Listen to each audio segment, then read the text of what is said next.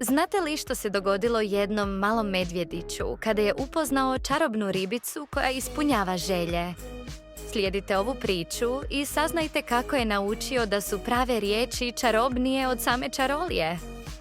U šumi punoj tajni i čuda živio je mali medvjedić po imenu Bono. Bono je volio istraživati i uvijek je tražio nove avanture.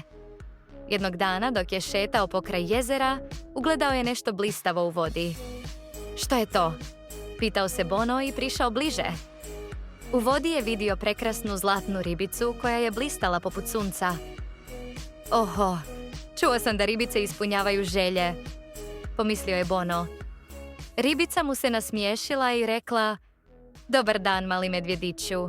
Mogu ti ispuniti jednu želju, ali samo ako je izgovoriš pravilno. Bono je bio jako uzbuđen. Jedna želja? To je sjajno, pomislio je. Odmah je počeo razmišljati što bi poželio. Možda hrpu slatkiša, ili novu igračku, ili možda da mogu letjeti. Odlučio je probati. Želim da mi se pojavi hrpa slatkiša, rekao je Bono. Ali ništa se nije dogodilo. Ribica je klimnula glavom i rekla: Nisi upotrijebio prave riječi. Pokušaj ponovno. Bono se zamislio. Koje su to prave riječi? Pitao je. Ribica mu je šapnula. Prave riječi su molim te i hvala ti. Pokušaj ponovno. Bono se nasmiješio i rekao: Molim te, možeš li mi dati malo slatkiša? I tada se dogodilo nešto čarobno. Pojavila se mala vrećica slatkiša. Bono je bio oduševljen. Hvala ti, ribice, uzviknuo je. Ribica mu se nasmiješila i rekla: Vidiš, Bono, prave riječi su magične. Kada kažeš molim te i hvala ti, otvaraš vrata čaroliji. Bono je bio tako sretan da je odlučio podijeliti slatkiše sa svojim prijateljima. Pozvao je pčelicu Maju, zeka Lulija i majmuna Mikija.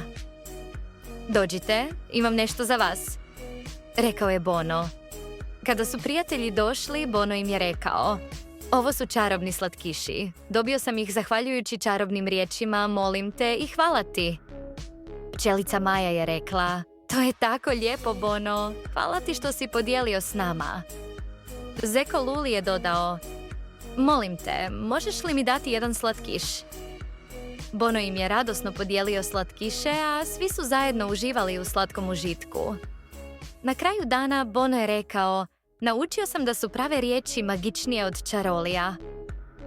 Od tog dana Bono je uvijek koristio čarobne riječi, a njegovi prijatelji su ga voljeli još više.